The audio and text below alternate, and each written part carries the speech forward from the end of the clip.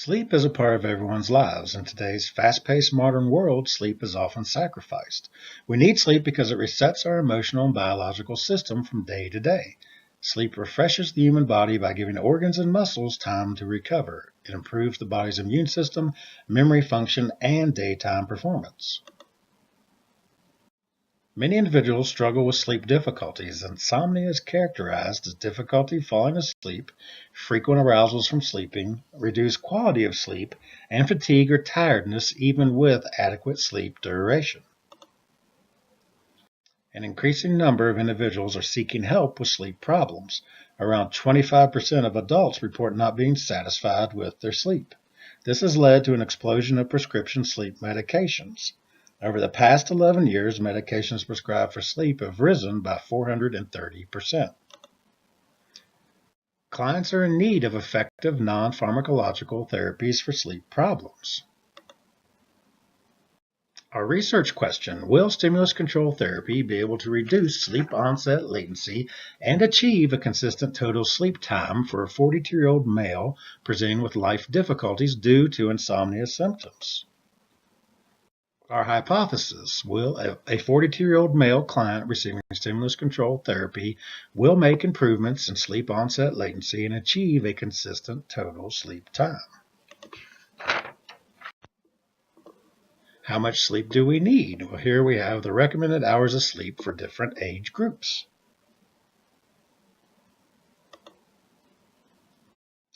Many individuals have difficulty achieving the total sleep time recommended for their age group. This results in sleep deprivation that can have negative effects on an individual's life. A 2005 Sleep in America poll revealed that 75% of the people surveyed reported having insomnia symptoms. These symptoms included SOL and TST. The National Institute of Health and the American Academy of Sleep Medicine recommend using cognitive behavioral therapy before medication in the treatment of insomnia. Research has shown that CBT is just as effective as medication in treating short-term insomnia and may be more effective in the long-term treatment. Stimulus control therapy is a form of CBT that helps individuals reduce SOL and develop consistent TST patterns.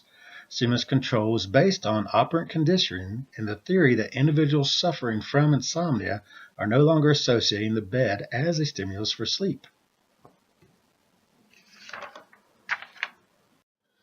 Stimulus control therapy instructions include: do not go to bed until you are sleepy, use the bedroom only for sex or sleeping, no reading, watching television, internet usage, etc. in the bedroom, get out of bed if you're unable to fall asleep within 15 to 20 minutes and go to another room and engage in something relaxing, get out of bed at the same time every day, and do not take any naps during the day.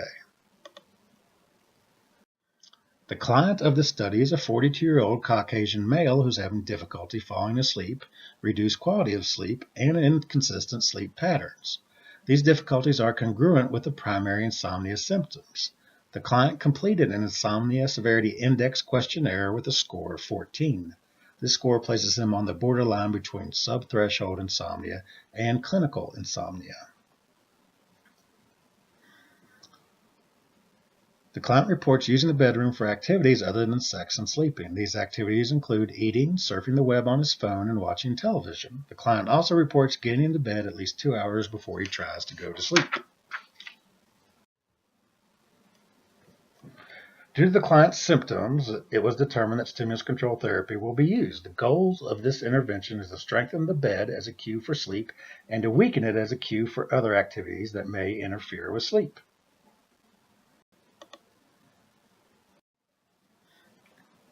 The intervention was done at the client's home. A single subject A-B design was implemented. Over a period of 4 weeks, the client collected data using an abbreviated consensus sleep diary. Researchers have concluded that the use of sleep diaries is a useful methodology for assessment and tracking treatment effects in clients suffering from insomnia. The study consisted of 2 weeks of baseline recording and 2 weeks of intervention implementation. Latency recording was used to gather data on SOL, and duration recording was used to track TST. Data was analyzed and graphed on XY diagrams. Here we have the results of sleep onset latency.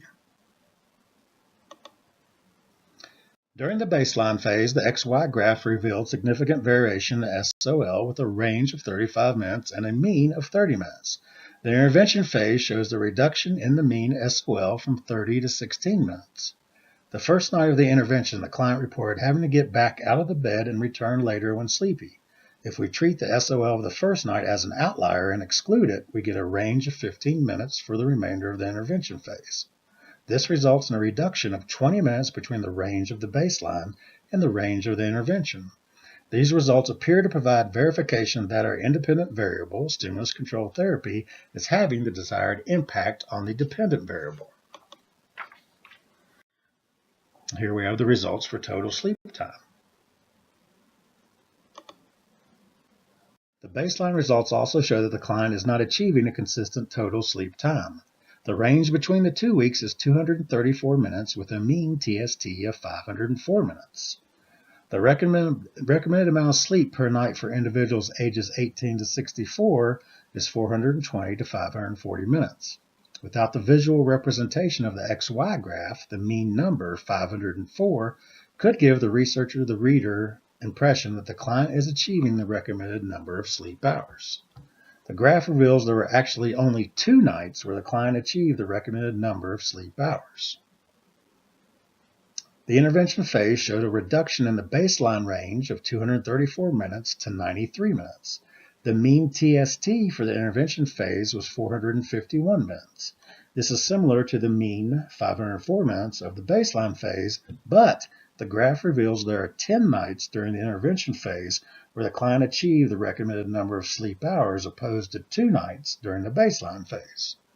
These results appear to provide verification that our independent variable is having the desired effect on the dependent variable.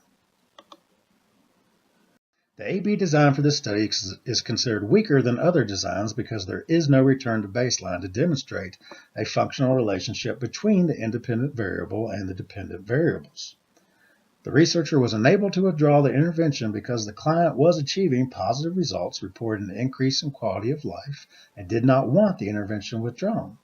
Because of this limitation, one could argue that other factors may have influenced the reduction in SOL and the achievement of a more consistent TST. To increase internal validity, 3 extraneous variables were guarded against. The client was asked to refrain from daytime naps and the use of sleep medications and antihistamines at night. Since the client was responsible for recording SOL, there is a possibility for observer drift. The researcher feels there was intervention fidelity because the researcher was also the client in the study and was able to adhere to the stimulus control instructions. Since the study was short-term and contained only 1 individual, it suffers from low external validity and needs to be implemented on multiple subjects for a longer duration. Stimulus control therapy is a promising intervention that has the potential to help clients reduce sleep onset latency and achieve consistent total sleep times. Unfortunately, the generalizability of the results from a single subject research study is limited. Because of the limitations of the study, more research is warranted across multiple subjects for extended periods of time. I learned a lot from this study. Stimulus control therapy for sleep onset latency and total sleep time was more effective than I thought it was going to be. I was surprised that the only night I had to leave bed and return due to the inability to fall asleep was the first night of my intervention. It was also not as hard as I thought it was going to be, only using the bedroom for sleep. The visual analysis helped me to easier differentiate my results along with the statistical analysis. My sleep patterns have improved, and I feel I'm getting more done as a result of the study.